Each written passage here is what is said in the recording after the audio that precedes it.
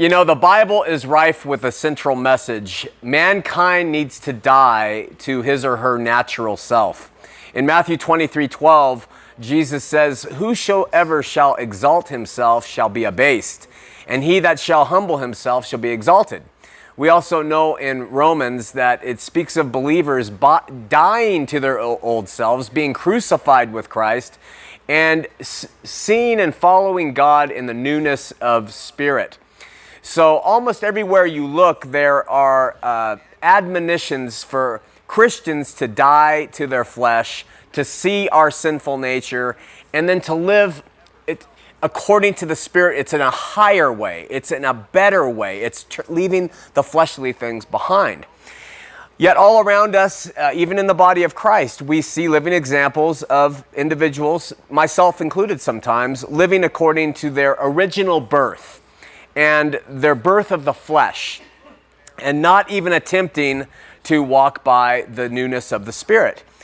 In the 1969 Satanic Bible, written by Anton LaVey, he says on page 96, listen to this closely, he says, if I can find it. Boy, isn't that a bait to get you all excited? And now I can't find out what he said. Well, essentially what he said, I lost the paper.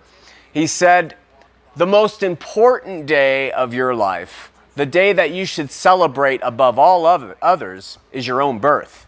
It's your birthday. You are a God in the flesh. Why would you want to celebrate the birth of somebody else you've never seen? It's your own birthday that is so important. And he went on to talk about the importance of birthdays.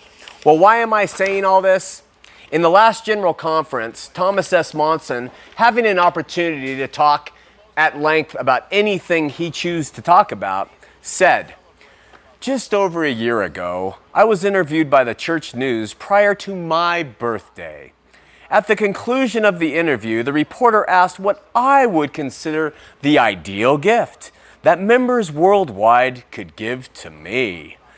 I replied, find someone who's had a hard time or is ill or is lonely and do something for him or her. I was overwhelmed when I received this year for my birthday hundreds of cards and letters from members of the church around the world telling me how they had fulfilled my birthday wish. The acts of service range from assembling humanitarian aids and doing yard work. Dozens and dozens of primary challenged the children and provided service, and those acts of service were recorded and sent to me. I must say that the methods of recording were created, and then they showed a montage of all the cards and gifts addressed to President Monson, and the kids kind of competing to see who did more service in Thomas Monson's honor for his birthday. And then he said, I just want to share with you some of the countless notes that I received, and he began to shed tears. And now I want you to compare this attitude of this man who calls himself a prophet of God and his attitude toward his birth with the attitude of a real prophet. His name is Jeremiah. And this is what Jeremiah said in Jeremiah chapter 20, verse 14 through 18. I think it's going to come up on the screen. He said, cursed be the day wherein I was born. Let not the day wherein my mother bare me be blessed. Cursed be the man who brought tidings to my father, saying, a child is born unto thee, making him very glad. And let that man be as the cities which the Lord overthrew and repented not. And let him hear the cry in the morning and the shouting at noontide, because he slew me not from the womb. Or that my mother might not have been in the grave, and her womb be always great with me. Wherefore came I forth out of the womb to see labor and sorrow, that my days should be consumed with shame. That's the prophet Isaiah. Nowhere in the Bible do you ever see a birthday celebrated by anybody, except Herod. And in the history of the church, from the writers, at the antiquities, we find that Pilate also celebrated his birthday.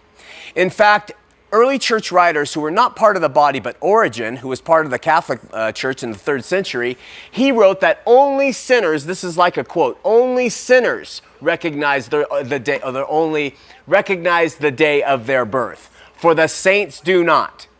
We have other quotes from, I think his name is Abaddon, and I don't have those papers, I forgot them somewhere, but Abaddon also said that this idea of birthdays is ridiculous among the Christians. The Jews never practiced a birthday celebration. The early Christian church never practiced birthday celebrations. Why?